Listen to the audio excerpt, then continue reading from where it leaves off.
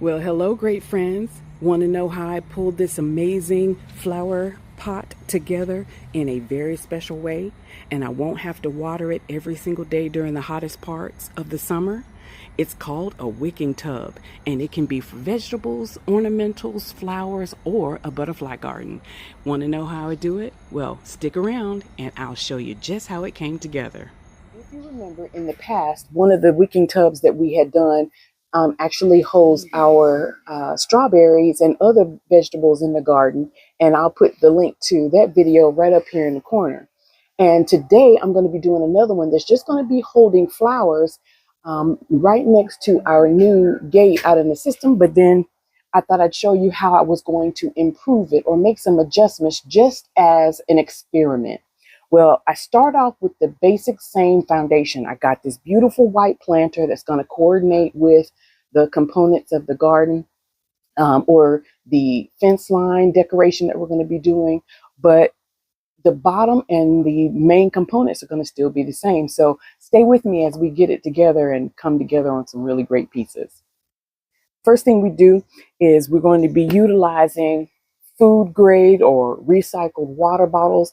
And before you even panic, okay, this is going to be an ornamental display of flowers and not necessarily eaten, but these were food grade. There was water or soda or juice or something in a lot of the bottles that we're going to be using.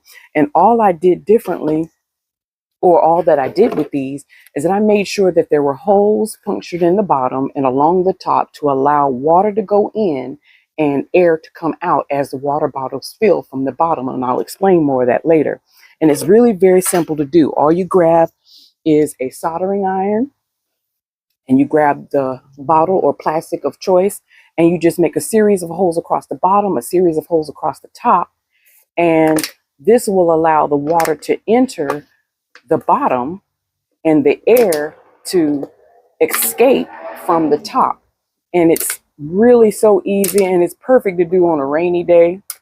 But it's been on my list for a while to get done. So just like that, the bottom is done, and I just do a series of holes across the top of the bottle with the soldering iron to allow air to escape, because sitting in the planter, they're going to be upright like this. So what I've done is I've practically filled the bottom of this planter, the first 6 or 7 inches of it, with these repurposed water bottles. And it might be a little aggravating to your family members because you're trying to save them and keep them off to the side out of everybody's way, but that's okay. When it's time to get them done, they'll be put away, and they'll be happy that they tolerated it for however long it took you to collect enough to comfortably fill the bottom. Now, while I'm doing these last few on camera, I'm going to explain to you what I'm going to do a little bit different.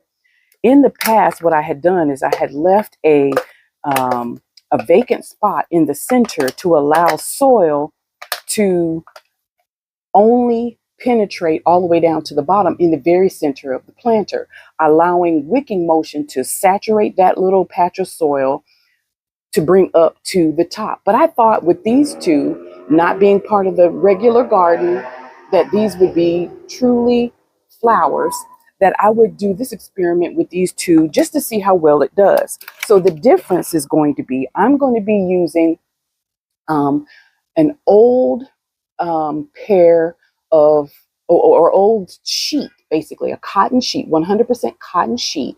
And what's going to happen is I'm going to use it not only as my geotextile layer, but I'm going to cover the entire bottom with these recycled bottles, right? And then I'm going to tuck the sheet down all the way around the bottles, making sure that each edge is submerged in what will be the water level. And then by capillary action, it will actually draw up the water from the bottom, saturating the bottom layer of the soil, keeping the soil saturated all the way around. Now, I'm still going to have the access point for filling to take place with the raised bottle, and I'll show you this on camera here in just a minute. But the only difference is there won't be a center point for the soil to go all the way down to the bottom. So basically, The soil will be kept separate from the water at all times, with the exception of the absorbent layer of the sheet, which will be our geotextile layer, providing the moisture directly from the bottom to the bottom of the soil. I thought that would be a great way to minimize the contact of the water and the soil.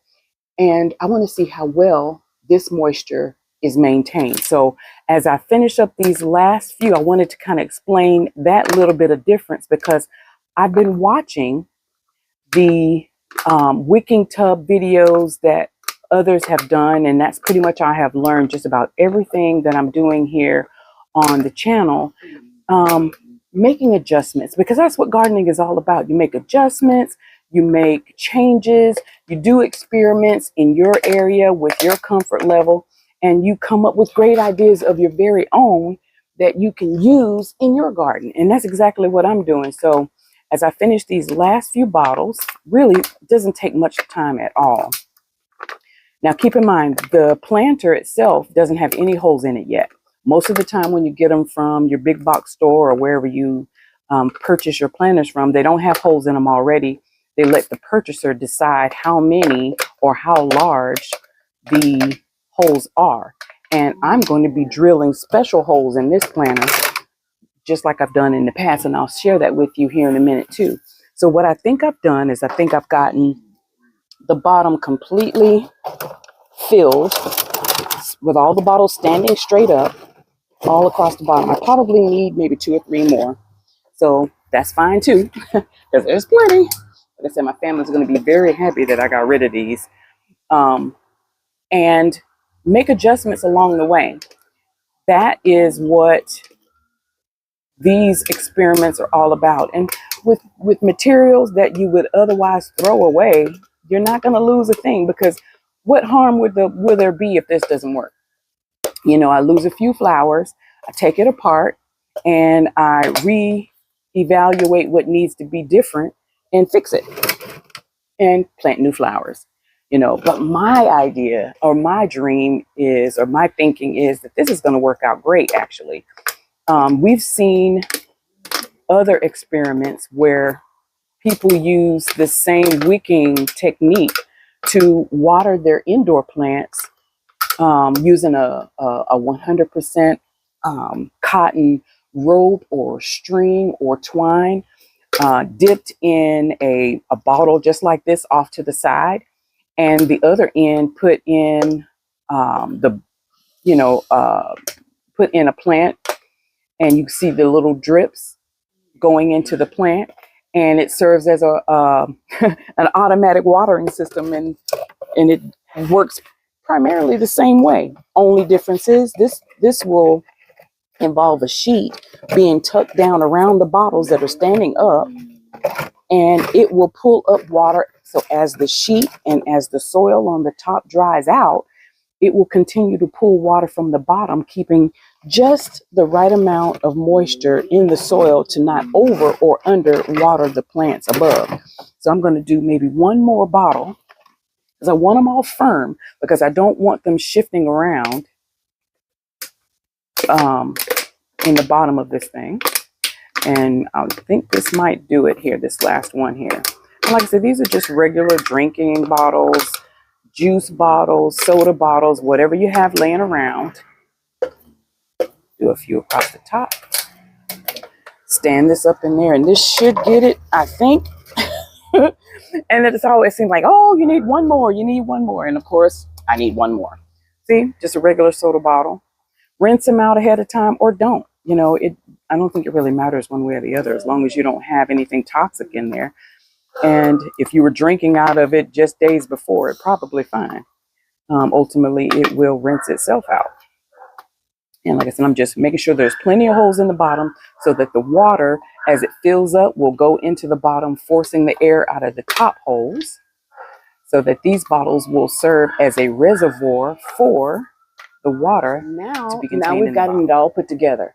And the next step is going to be to secure all the bottles, and to go ahead and wrap our cotton sheet around the entire around the entire bottom, making sure that the sheets or the sheet is tucked down far enough so that it can pull up the water at the bottom. But before we do, we want to go ahead and address um, the top watering portion, because you want to be able to water or fill the reservoir at the bottom. So I'm going to be taking one of my 2-liter bottles that I used in a previous wicking tub, refresh the duct tape around the top, which keeps the soil from entering the bottle from the top once it gets filled, because you won't have access to it once you add the soil. So I'm going to do that now. Go ahead and make sure the duct tape is nice and fresh and tight, held up very well under there. And then go ahead and put it in place to get it right where it needs to be. It has a PVC pipe down, pushed all the way down to the bottom, and I have it cut off at an angle so it doesn't sit flush against the bottom, which would impede the water going in to fill the bottle, which pushes the water out. And of course, there's holes all the way around the bottom, and you sit that off to the side so that it gives you easy access to be able to put either a drip line or a water hose or whatever you need to put to fill the reservoir from the top. And now it'll be time to go ahead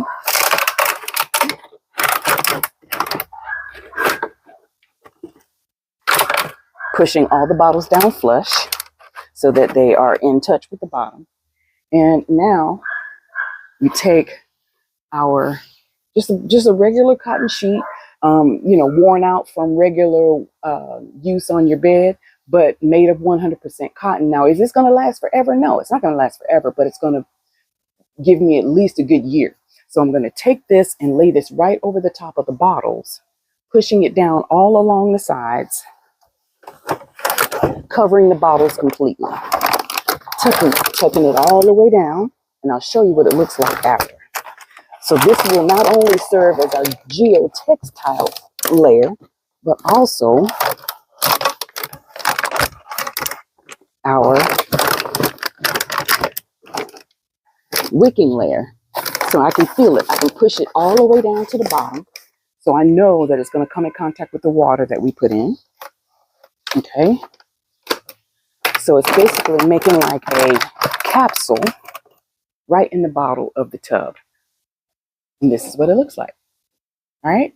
So when you put the soil on top, you're going to be good to go.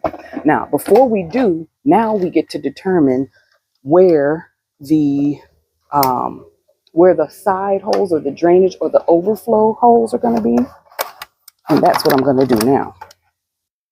So we know that the bottles are going to come roughly about to here. Okay. But of course, we don't want this much water in there. What we want is we want to create what I call an air layer, or what I've been taught is called an air layer. So we want about 5 inches from the bottom to be as far as the water will come. So if you want to measure up about 4 or 5 inches from the bottom of the wicking tub, this should be the highest level of where the water is going to be reserved.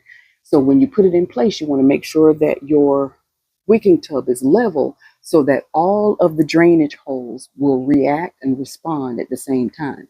So the only water that will come to the top will be the water that is wicked up from the sheet. So I'm going to measure up about 4 or 5 inches from the bottom, and I'm going to drill a series of holes all the way around this tub to add our drainage holes. So that's what I'm going to do now. So I'm going to give this a little lift so you can kind of see what I'm doing here.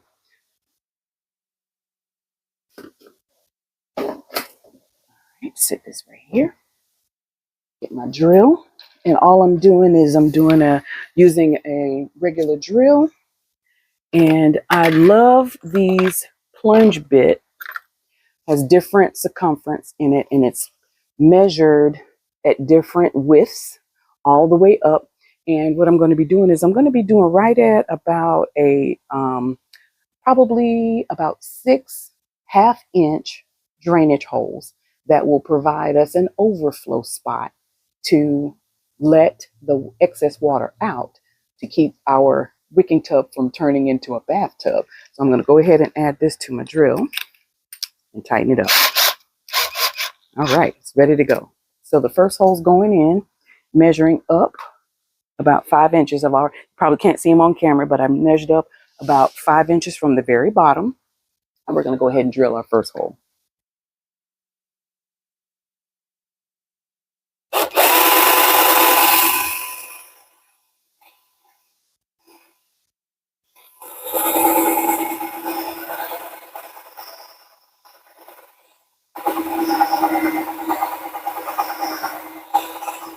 Perfect. First hole's drilled. Ready to go. We'll go ahead and add the rest of them. Give it a slight spin. Oh, there's my second hole here.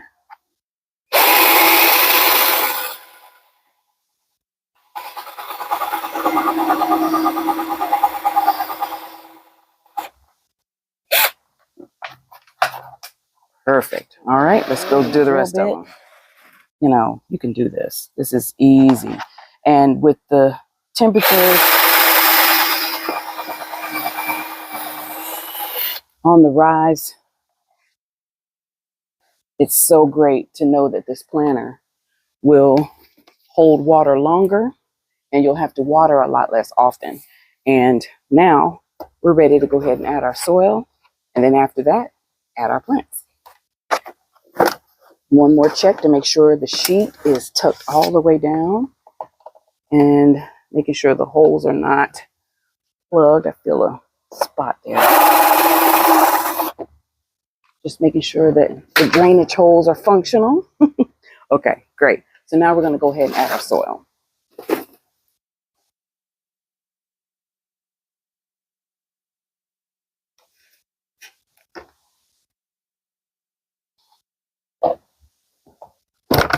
Making sure all the bottles are upright. Make sure the sheet is tucked in.